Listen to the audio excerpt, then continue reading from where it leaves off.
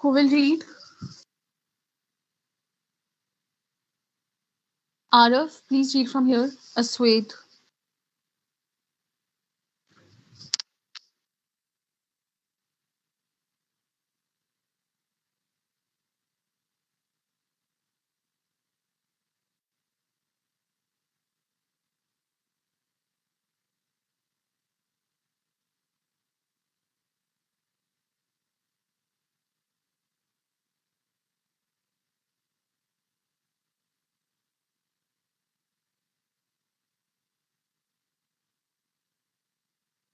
Satan. Yeah, Satan.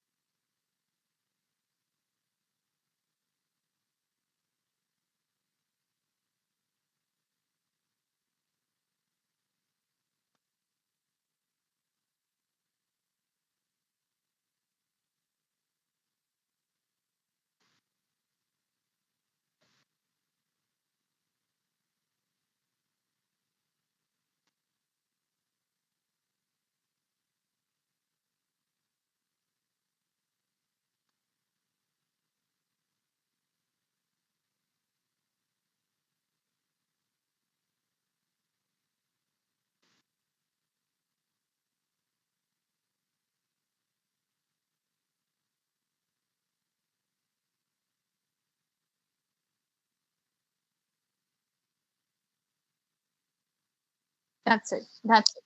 Okay. Now what happened? Now when they were driving, okay, there was a road. The road that they were driving on, it was filled with snow.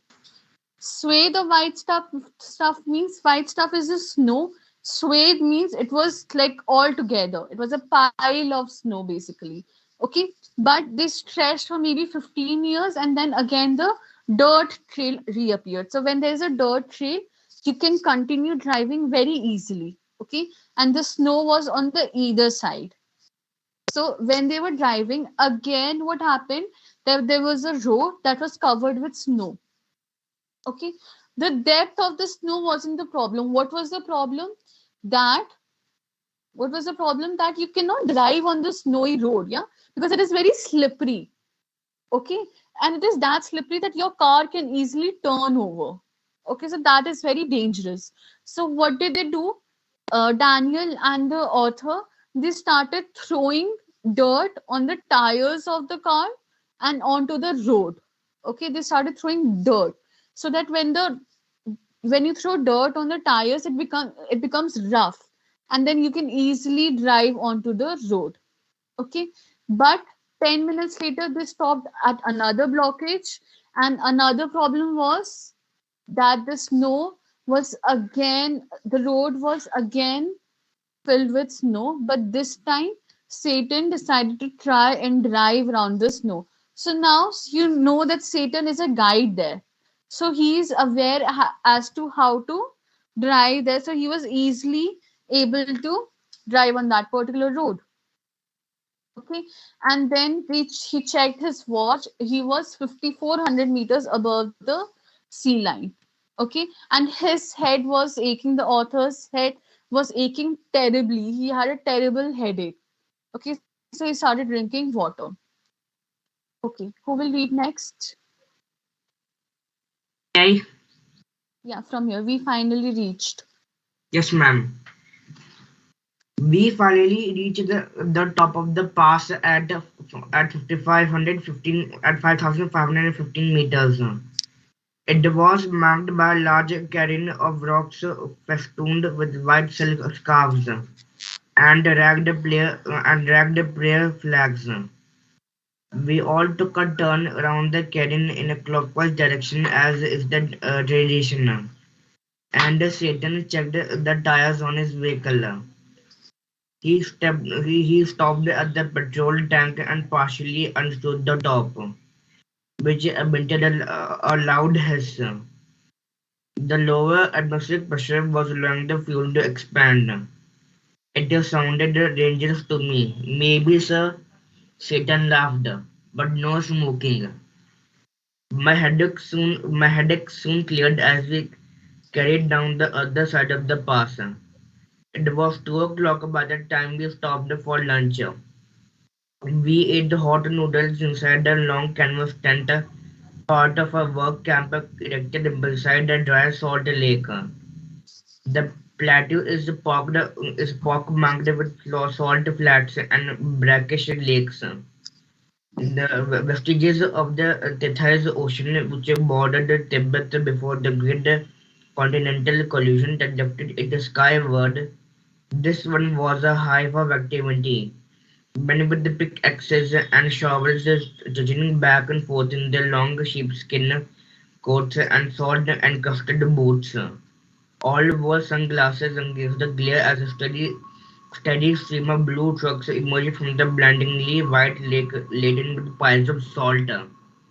By late afternoon, we had reached the small town of Hor, back on the main east-west highway that followed the old trade route from Lhasa to Kashmir.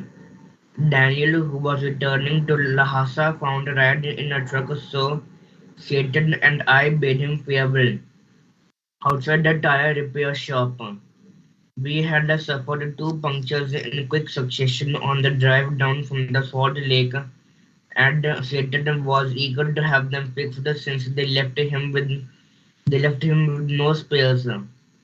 Besides, the second tire he did change had been replaced by one that was as smooth as my bald head. Okay, that's it. So now what happened that they finally reached a mountain pass. So now what is a pass? As I explained before, that a mountain pass is a plain road that connects one mountain to another mountain. Okay, so that is a pass. So when they reached at that point of pass, they saw a large cairn of rocks. Cairn of rocks is a lot of rocks together. Okay, a lot of different rocks are put together, and they were festooned means that it was decorated with white silk scarves and prayer flags. So in Tibet what happens is that if you see, like we have mini Tibet, as we say in McLeodganj in India, and we also have in Delhi Majnu Ka Tilla, that is also by Tibetans only. So when you go there, you see that the entire place is decorated with colorful flags and colorful scarves. Okay, so as a tradition that they took round that rocks. Okay, and Satan checked the tires of the car since we know that they were driving on the snowy road. So Satan checked the tires. Okay, so when they were filling up the petrol in the car, when they opened the top of the petrol tank of the car, there was a loud hiss. Now, why was there a hiss? Because due to low atmospheric pressure, the fuel was expanding in the car. Okay, the fuel was expanding. So as soon as Satan opened that top, there was a loud hiss. Okay, so now just hold on a second, just a second.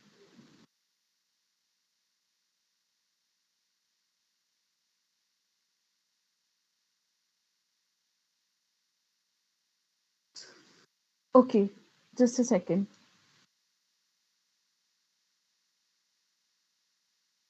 Yeah. So now understand this very carefully about Tethys Ocean. So a long time ago, when there were tectonic plates and there were different places like Gondwana land and European land, you know what happened? That when there is an earthquake, there is a movement in the tectonic plates. Okay, so, due to one such earthquake, the tectonic plates they got shaken up, and there was an ocean called as Tethys Ocean that joined with Tibet. Okay, because of this particular movement, you can see a lot of salt lakes in Tibet at different places. Okay, and when they saw one such salt lake, they saw that there were a lot of people who were working there. Okay, what were they doing? They were gathering salt. Okay, now they finally reached a town of Hor. Okay, now in this Hor, what happened that Daniel left him. Okay, Daniel was not supposed to go with the author till Korah. Okay, Daniel was just there for some point of time, and then Daniel left to go to his hometown that was in Lhasa. Lhasa is the capital of Tibet. Okay, so Daniel goes back to his hometown. Okay, so now they have reached Hor. Okay, now who will read? May I? Okay, from here. Hor was a grim, miserable place. There was no vegetation whatsoever, just dust and rocks, liberally scattered with years of accumulated refuse, which was unfortunate given that their town sat on the shore of Lake Mansarovar, Tibet's most venerated stretch of water. Ancient Hindu and Buddhist cosmology pinpoints Mansarovar as a source of four great Indian rivers: the Indus, the Gangas, the Satluj, and the Brahmaputra. Actually, only the Satluj flow from the lake, but the headwaters of the others all rise nearby on the flanks of Mount Kailash. We were within striking distance of the great mountain, and I was eager to forge ahead. Continue. But I had to wait.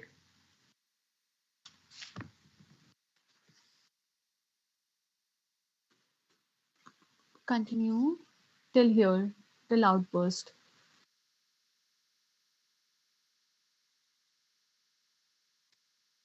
Continue.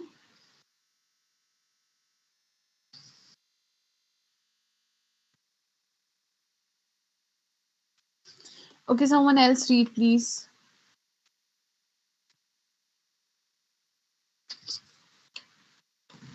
Actually, I got disconnected. Okay, okay, just continue reading here. But I had to wait. Tristan told me to go and drink some tea in Horse Only Cafe, which, like all the other buildings in town, was constructed from badly painted concrete and had three broken windows. The good view of the lake through one of them helped to compensate for the drought. I was served by the Chinese youth in military uniform, who spread the grease around my table with a 50 rack before bringing me a glass and a thermos of tea. Half an hour later, Tristan revealed me from the solitary confinement, and we drove past a lot more rocks and rubbish westwards out of town towards Mount Kailash. My experience in Hor came as a stark contrast to account I had read of earlier travelers. First encounter with Lake Mansarovar, Kai Kawaguchi, a Japanese monk who had arrived there in 900, was so moved by the sanctity of the lake that he burst into tears. A couple of years later, the hallowed waters had a similar effect on Sivan Hedin, a Swede who was not prone to sentimental outbursts. Okay, that's it. Now, what was his experience in this town? First of all, it was a grim and it was a miserable place. There was no vegetation at all, no plants, nothing. And years of accumulated refuse. Refuse is garbage. Okay, so there was a lot of garbage, a lot, the place was very dirty. Okay, the thing was that the town, this particular town hall, it was just near Lake Mansarovar, and Lake Mansarovar was Tibet's most venerated, means respected stretch of water. Okay, even ancient Hindu and Buddhist says that this particular lake is the source of four great rivers. Okay, so as soon as the author went here, he had a very bad experience. First of all, he had to drink tea in only like whose only cafe. There was only one cafe in the town.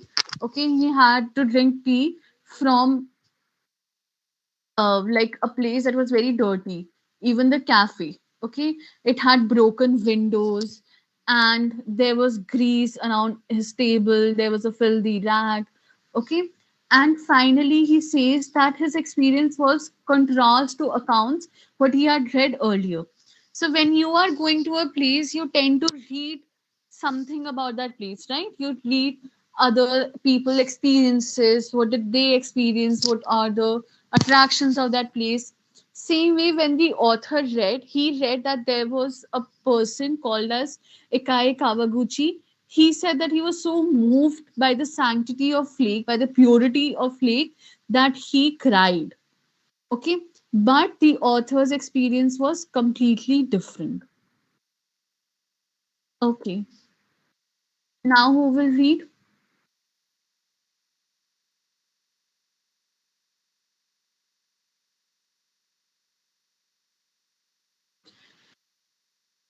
Okay, Akansha, read from here. It was dark.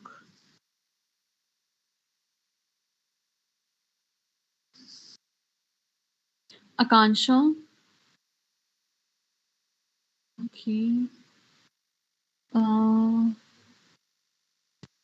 Kanak, will you read I'm gonna tell me the line. from here? It was dark. It was dark by the time we finally left again, and after 10:30 p.m., we drew up outside our guest house in Darjan for what turned out to be another troubled night. Kicking around in the open air rubbish dump that passed for the town of four had set off my cold once more, though, if truth to be told, it had never quite disappeared with my herbal tea. One of my nostrils was blocked again, and as I lay down to sleep, I wasn't convinced that the other would provide me with sufficient oxygen.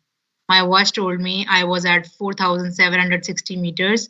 It wasn't much higher than Bravo, and there I'd been gasping for oxygen several times every night. I had grown accustomed to these nocturnal disturbances by now, but they still scared me. Tired and hungry, I started breathing through my mouth. After a while, I switched to single nostril power, which seemed to be admitting enough oxygen, but just as I was drifting off, I woke up abruptly. Something was wrong. My chest felt strangely heavy, and I sat up. A movement that cleared my nasal passage almost instantly and relieved the feeling in my chest. Curious, I thought. I lay back down and tried again. Same result. I was on the point of disappearing in the land of Nod where something told me not to.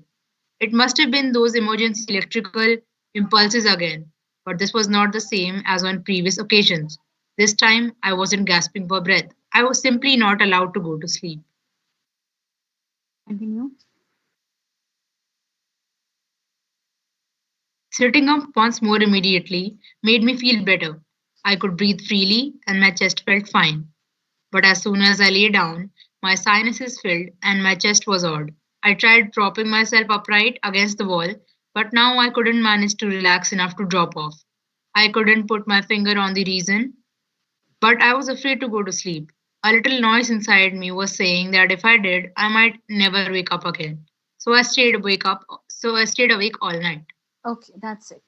So now what happened in Darchin? In Darchin, it was another terrible night, another terrible experience in Darchin. Why? First of all, the dust and the garbage that he experienced in Hole, that really, hyped up his sinuses. And again, when he reached Darchin, there was a open air rubbish dump near the place he was staying at, and this also really hyped up the sinuses of the author. So now what was happening that he wasn't getting sufficient oxygen. So whenever he lied down on the floor, wherever he was sleeping, his chest started feeling strangely, and he couldn't breathe from one of the nasal.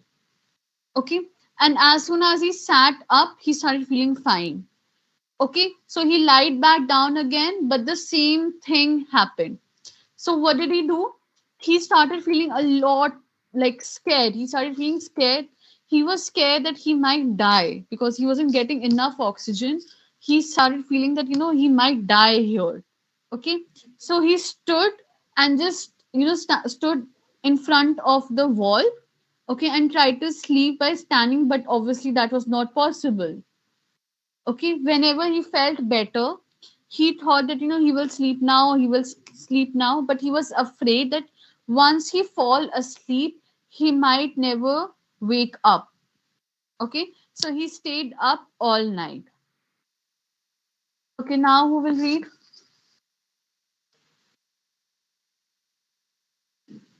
May I continue? Okay, continue from here. Satan took me to continue. Satan took me to the Darchin medical.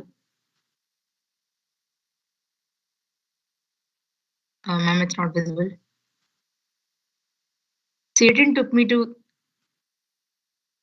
not visible. Satan took me to Darchin Medical College. Second, Kanak, just a second. Give me a second.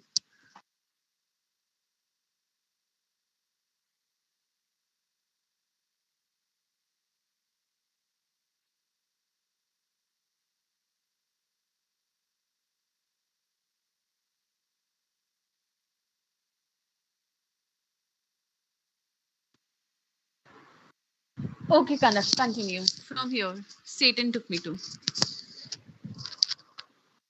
Satan took me to Darchin Medical College the following morning. The medical college at Darchin was new and looked like a monastery from the outside with a very solid door that led into a large courtyard. We found the resulting room which we found the consulting room which was cold and dark and occupied by a Tibetan doctor who wore none of the paraphernalia that I'd been expecting.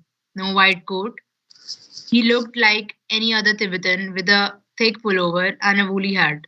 When I explained my sleepless symptoms and my sudden aversion to lying down, he shot me a few questions while feeling the veins in my wrist. It's cold, he said finally, through Satan. A cold and the effects of altitude. I'll give you something for it. I asked him if he thought I'd recover enough to be able to do the Kora. Oh, yes, he said, you'll be fine. I walked out of the medical college, clutching a brown envelope stuffed with 15 screws of paper. I had a 5-day course of Tibetan medicine, which I started right away. I opened an after breakfast package and found it contained a powder, a brown powder that had to take with hot water. It just tasted like cinnamon. The contents of the lunchtime and bedtime packages were less obviously identifiable. Both contained small, spherical brown pellets. They looked suspiciously like sheep dung, but of course I took them. That night, after my first full day's course, I slept very soundly, like a log, not a dead man. Okay, now what happened? Now, after he had that horrible night in Darchin, another day, Satan took him to Darchin Medical College. Okay, now what happened in that medical college when he saw a Tibetan doctor, but he didn't really look like a doctor. He wasn't wearing a white coat, he didn't have any accessory on him. Okay, so that doctor, Tibetan doctor, looked at him and he said, it's just a cold, it's just a cold and it's all the effects of altitude. So he gave him medicines, okay, for he gave him 15 screws of paper. When you take that Ayurvedic or homeopathic medicine, it is usually in a paper. Okay, so he gave him medicines for 5 days, and finally, after having medicine for one full day, he slept very soundly and not like a dead man. Because one day before, he was afraid that if he sleep, he will die. But this time, after having medicines, he slept very soundly. Okay, continue.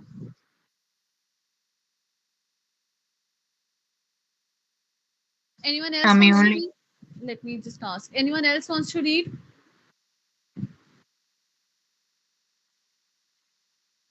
Anyone? Okay, Kanak, continue. Once he saw.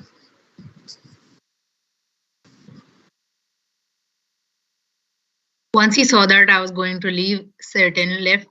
Once he saw that I was going to live, Satan left me to return to Lhasa.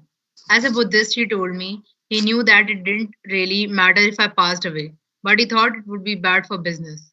The archon didn't look so horrible after a good night's sleep. It was still dusty, partially derelict, and punctuated by heaps of rubble and refuse. But the sun shone brightly in a clear blue sky. But the ma'am already scrolled. You see now? Yes, ma'am. But the sun shone brightly in a clear blue sky, and the outlook across the plain to the south gave me a vision of the Himalayas, commanded by a huge snow-capped mountain, Kurla Mandhata, with just a wisp of cloud suspended over its summit. The town had a couple of rudimentary general stores selling Chinese cigarettes, soap, and other basic provisions, as well as the usual strings of prayer flags. In front of one, men gathered in the afternoon for a game of pool. The battered table looked supremely incongruous in the open air, while nearby women washed their long hair in the icy water of a narrow brook that babbled down past my guest house. The archon felt relaxed and unhurried, but for me, it came with a significant drawback. There were no pilgrims. I had been told that at the height of pilgrim season, the town was bustling with visitors. Many brought their own accommodation, enlarging the settlement round its edge as they set up their tents which spilled down on the plain. I had timed my arrival for the beginning of the season, but it seemed I was too early. One afternoon, I sat pondering my options over a glass of tea in the Archon's only cafe. After a little consideration, I concluded they were severely limited. Clearly, I hadn't made much progress with my self help program on positive thinking. In my defense, it hadn't been easy with all my sleeping difficulties, but however I looked at it, I could only wait. The pilgrim trail was well trodden, but I didn't fancy along it alone. The Kora was seasonal because parts of the route were liable to blockage by snow. I had no idea whether or not the snow had cleared, but I wasn't encouraged by the chunks of dirty ice that still clung to the banks of Darchan's brook. Since Satan had left, I hadn't come across anyone in Darchan with enough English to answer even this most basic question. Okay, that's it. So now what happened that after he slept well, Satan left the author. Okay, because as I said before, that Satan ran a business, okay, of bringing tourists from here to there, and Satan was to accompany the author till Dachan only, and then Satan left. Now, as a Buddhist, Satan said that it doesn't really matter if you pass away. Now, why does he say this?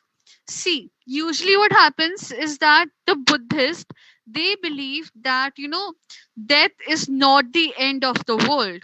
Okay, that your soul goes to heaven, and the soul continues to live on even after you die. Okay, and especially the author was going to Mount Kailash, that is believed to be a very religious place. Okay, so author, the Satan, the guide, this he said that it doesn't matter if you pass away because you are going to Mount Kailash, so anyway you'll go to heaven. But it is really bad for business. Why? Because his credibility, He was a you know tourist. yeah, he's a guide, his credibility and his business, his reputation will be at stake. People will talk that person went with Satan and died. So his credibility will be at stake. So Satan leaves author and goes back to Lhasa. So the author finally started going through Dachin, going through the town. He saw a lot of locals.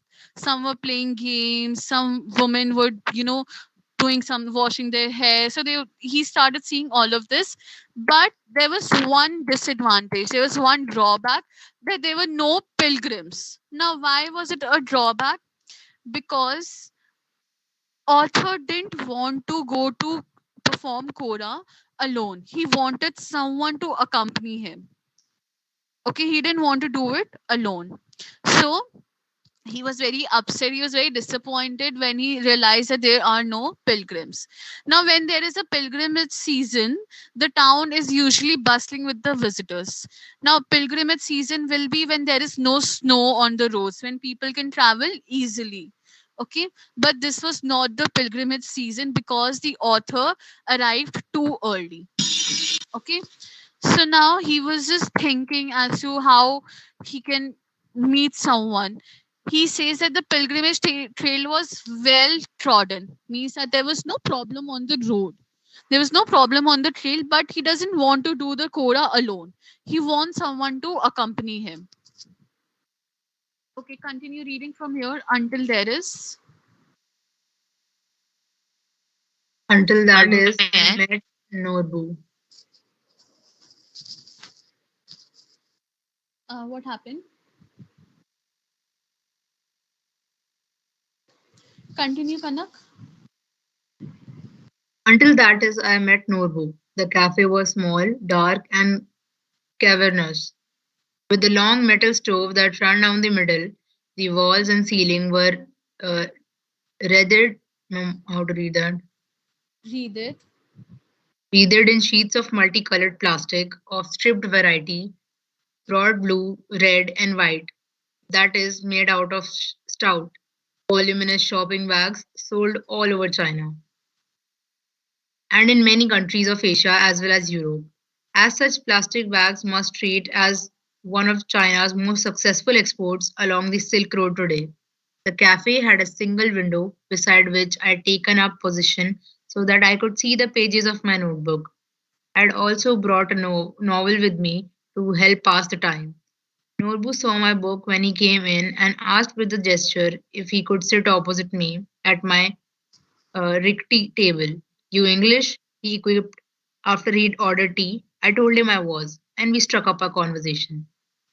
I didn't think he was from those parts because he was wearing a wind cheater, and metal rimmed spectacles with a Western style. He was Tibetan, he told me, but worked in Beijing at the Chinese Academy of Social Sciences in the Institute of Ethnic Literature. I assumed he was on some art of work field. Yes and no, he said. I have come to do the Kora. My heart jumped.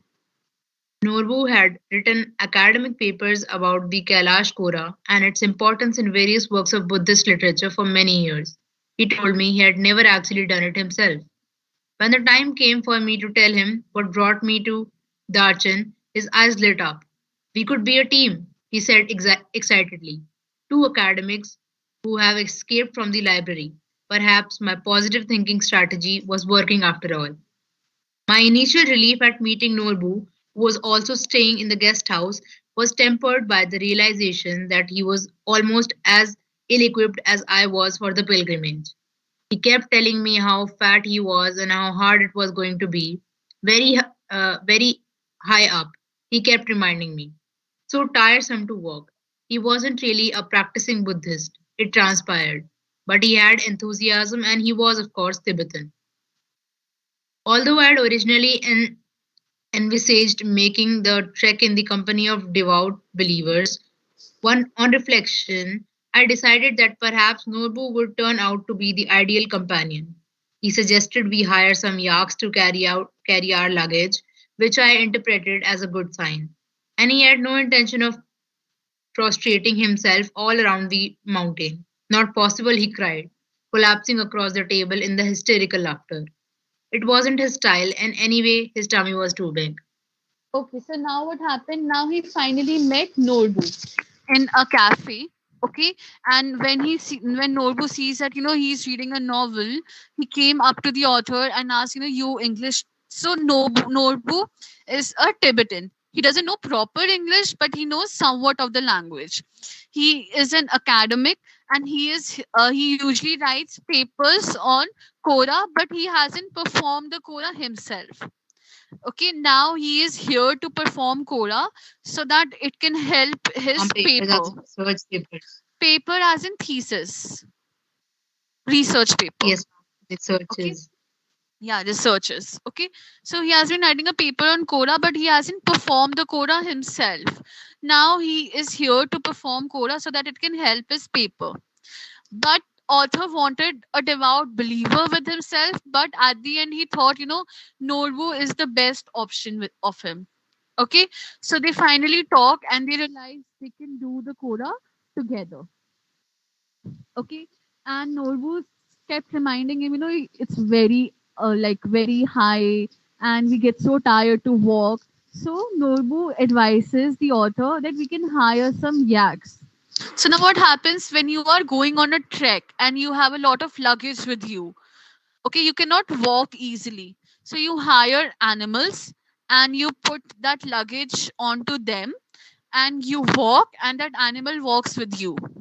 Okay, so they agreed, they'll hire some yaks and to carry their luggage, and they finally decided to do Kora together.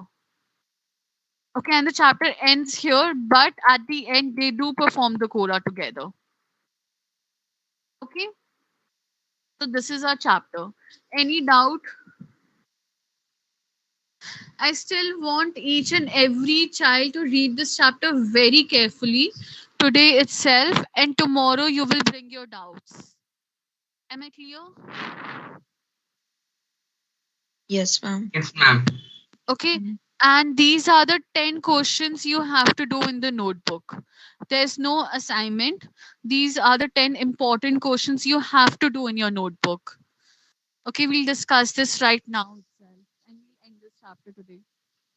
Okay, give reasons for the following statements. The article has been titled Silk Road. I want everyone to answer the questions now. Answer this. The article has been titled Silk Road. Raise your hands.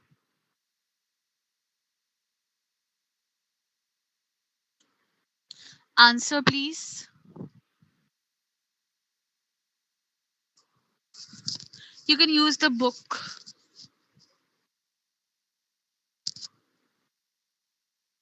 Yes, Aryan. Yes, ma'am. The article has been titled as Silk Road because through that road only the silk from Tibet was exported to other countries. Very good. And the author is traveling on this particular road. Okay. Yes, ma'am. Tibetan masters were popular in China's imperial courts. Answer. Raise your hands. This one is Ma'am, easy. may I? Yes, answer. Ma'am, the Tibetan Mastiffs are big-headed beasts who fix their hunting eyes and cock their heads on a stranger approaching. As one draws closer, they explode into action, darting like a bullet from a gun and nearly as fast. They usually wear bright red collars, adding to their ferocious dark black look. They bark furiously with their massive jaws. They are completely fearless of any entity and shoot straight to any advancing stranger. They do not ease off before a chase of at least 100 meters or so. Thus, it is not difficult to understand why these ferocious Tibetan mastiffs become popular in China's imperial court as hunting dogs. Okay, so you have to be very specific. Good answer. But you have to be very specific. Okay, that first of all, it was their watchful guard dogs. Second of all, it was given as a tribute from Tibet. Okay, and they saw them as hunting dogs. Okay. The author's experience at Hor was in stark contrast to earlier accounts of the place. Answer this.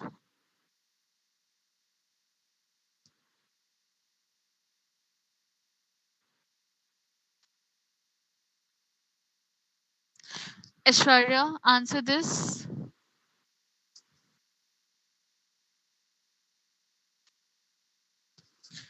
Students, be responsive, please.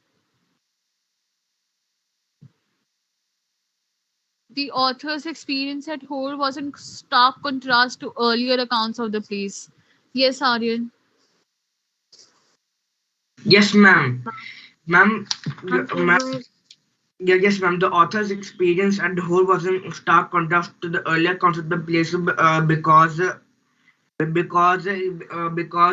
he had read of earlier travelers' first encounters with Lake Mansarovar.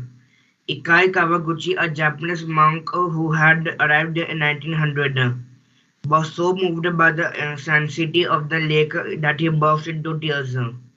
A couple of years later, the hallowed waters had a similar effect on Seven Hedin, a Swede who wasn't prone to sentimental outbursts. Okay. And when he's read all of these experiences, he realized that his experience was entirely different. Okay. Different. Yeah. The author was disappointed with Darchin.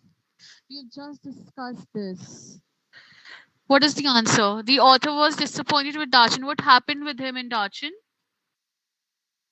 Yes, Himanshu. Ma'am, the author was disappointed with Darjan because the high altitude was giving him health problems.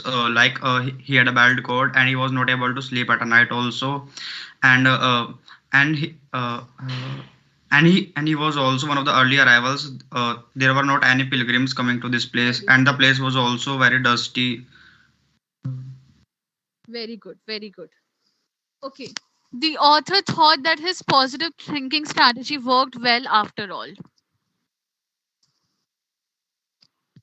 Answer. The author thought that his positive thinking strategy worked well after all. Himanshu.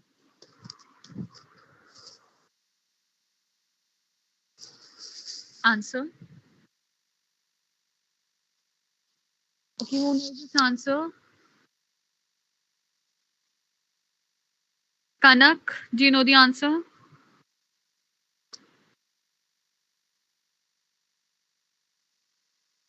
Ma'am, the author thought this when he found Norbu to trek with him, and he had, ma'am, there was this line.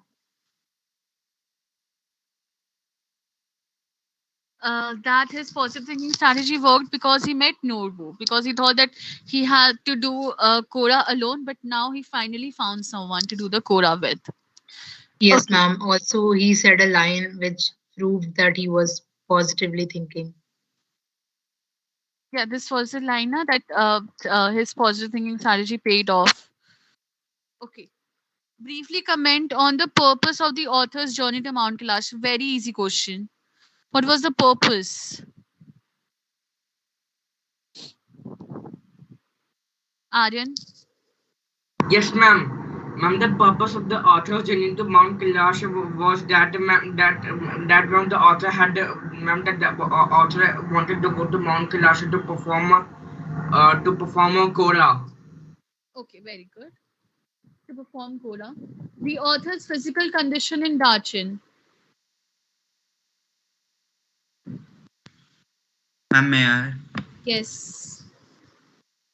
Uh, Ma'am, the author was not physically well when he reached Dacian. His nose were blocked due to the cold winter and at Hor, and he was not able to sleep well at night. And the next day, Tristan took him to the Dacian Medical College, and the doctor and the doctor they were giving him some give there some medicine that gave him some relief. Okay, very good. The author's meeting with Norbu.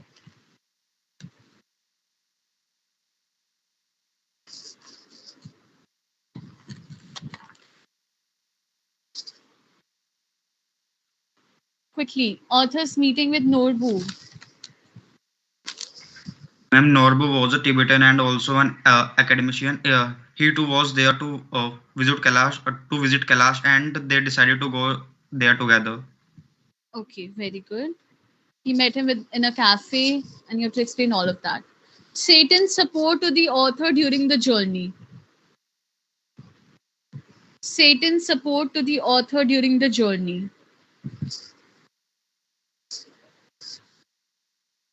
Ma'am, Satan played an important role during the author's journey. He was an efficient driver and he also took care of took care of author when he fell ill in Darjan.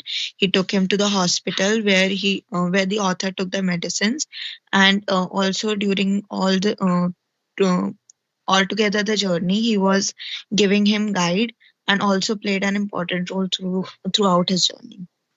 Okay, very good. As a Buddhist, he told me he knew it didn't really matter if I passed away, but he thought it would be bad for business. So, this I have already explained. Is this answer clear?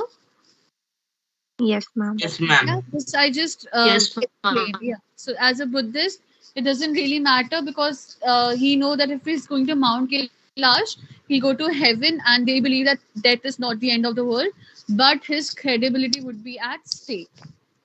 Okay, so now you have to complete all these 10 questions in your notebook. Okay, I'll be sending you the word limits also, word meanings also, and tomorrow we start with a new chapter that is Mother's Day from Snapshots. Okay, it's a play, it's a very interesting play. Tomorrow we'll start with that play. Okay, Okay, ma'am. Okay. okay, Thank I'll you, take the ma'am. attendance. Just a second, I'll Did you take take the it? attendance. Yeah, just a second. Akansha, Present, ma'am. Arav Grewal, Agrawal present. Arav Sharma, Agnish, Ishwarya, Present, ma'am. Akshita, Present, ma'am. Aman, Present, ma'am. Anshika,